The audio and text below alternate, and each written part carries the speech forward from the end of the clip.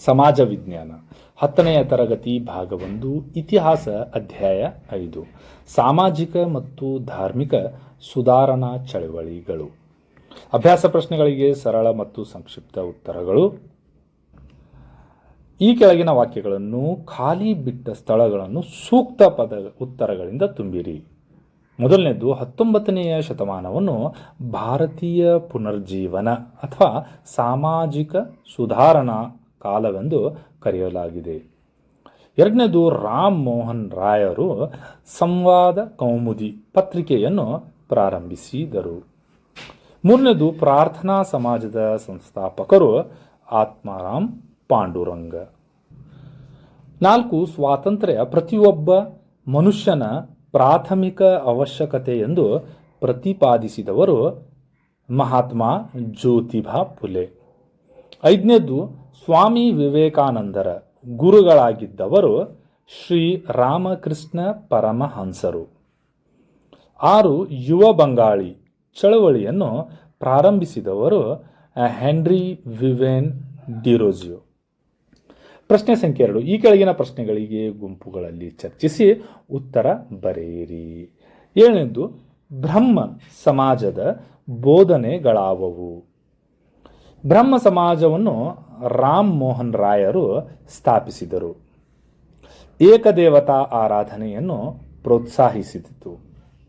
ವಿಗ್ರಹ ಆರಾಧನೆ ಮತ್ತು ಬಹುದೇವತಾ ಆರಾಧನೆಯನ್ನು ವಿರೋಧಿಸಿತು.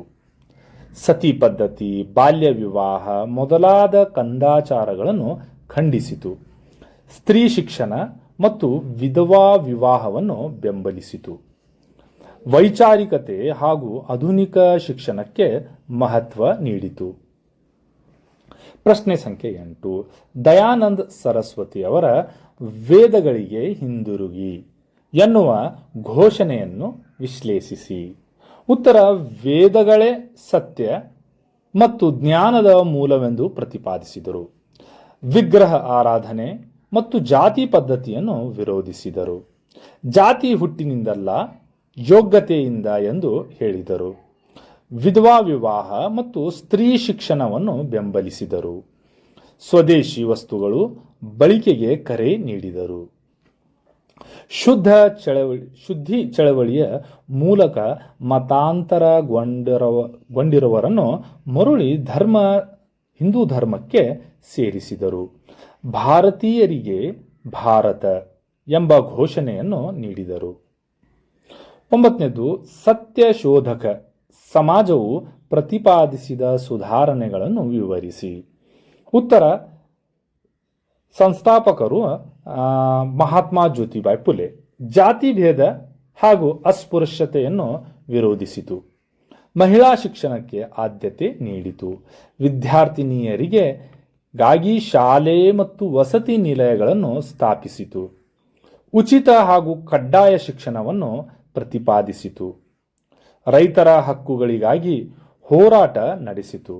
ಮಾನವ ಸಮಾನತೆ ಮತ್ತು ಸಾಮಾಜಿಕ ನ್ಯಾಯವನ್ನು ಪ್ರತಿಪಾದಿಸಿತು.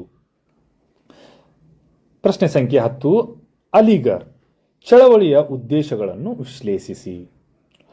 ಉತ್ತರ: ಮುಸ್ಲಿಂ ಸಮಾಜದಲ್ಲಿ ಆಧುನಿಕ ಶಿಕ್ಷಣವನ್ನು ಹರಡಿಸುವುದು, ಪಾಶ್ಚಾತ್ಯ ಮತ್ತು ಧಾರ್ಮಿಕ ಶಿಕ್ಷಣವನ್ನು ಒಟ್ಟಿಗೆ ನೀಡುವುದು, ಮುಸ್ಲಿಮರ ಸಾಮಾಜಿಕ, ಶೈಕ್ಷಣಿಕ ಮತ್ತು ರಾಜಕೀಯ ಅಭಿವೃದ್ಧಿ ಸಾಧಿಸುವುದು. ಆಂಗ್ಲೋ ಓರಿಯೆಂಟಲ್ ಕಾಲೇಜನ್ನು ಸ್ಥಾಪಿಸಿದರು. ಮಹಿಳಾ ಶಿಕ್ಷಣವನ್ನು ಬೆಂಬಲಿಸಿದರು. ಬಹುಪತ್ನಿತ್ವವನ್ನು ವಿರೋಧಿಸಿದರು. ಮುಸ್ಲಿಂ ಸಮಾಜವನ್ನು ಸಂಘಟಿಸಿದರು. ಪ್ರಶ್ನೆ ಸಂಖ್ಯೆ 11 ರಾಮಕೃಷ್ಣ ಮಿಷನ್ ದೃಷ್ಟಿಕೋನವನ್ನು ವಿವರಿಸಿ. ಉತ್ತರ: ಸಂಸ್ಥಾಪಕರು ಸ್ವಾಮಿ ವಿವೇಕಾನಂದರು 1897. ಸರ್ವಧರ್ಮ ಸಮನ್ವಯವನ್ನು ಸಾರಿತು. ಮಾನವ ಸೇವೆಯೇ ಮಾಧವ ಸೇವೆ ಎಂಬ ತತ್ವವನ್ನು ಬೋಧಿಸಿತು. ಶಿಕ್ಷಣ ಮತ್ತು ಸಮಾಜ ಸೇವೆಗೆ ಮಹತ್ವ ನೀಡಿತು. ಯುವಕರಲ್ಲಿ ಆತ್ಮವಿಶ್ವಾಸ ಮತ್ತು ರಾಷ್ಟ್ರಭಕ್ತಿಯನ್ನು ಬೆಳೆಸಿತು. ಭಾರತೀಯ ಸಂಸ್ಕೃತಿಯನ್ನು ವಿಶ್ವಕ್ಕೆ ಪರಿಚಯಿಸಿತು. ಸೇವೆಯ ಮೂಲಕ ಮೋಕ್ಷ ಸಾಧ್ಯ ಎಂದು ತಿಳಿಸಿತು. ಪ್ರಶ್ನೆ ಸಂಖ್ಯೆ 12. ಎನಿ ಬೆಸೆಂಟರ ಸುಧಾರಣಾ ಕ್ರಮಗಳಾವವು? ಉತ್ತರ: ಥಿಯೋಸೋಫಿಕಲ್ ಸೊಸೈಟಿಗೆ ಭಾರತದಲ್ಲಿ ಹೊಸ ಚೈತನ್ಯ ನೀಡಿದರು.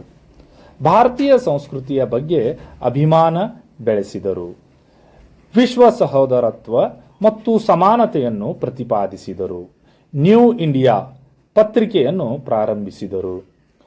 1916ರಲ್ಲಿ ಹೋಮ್ ರೂಲ್ ಚಳವಳಿಯನ್ನು ಆರಂಭಿಸಿದರು.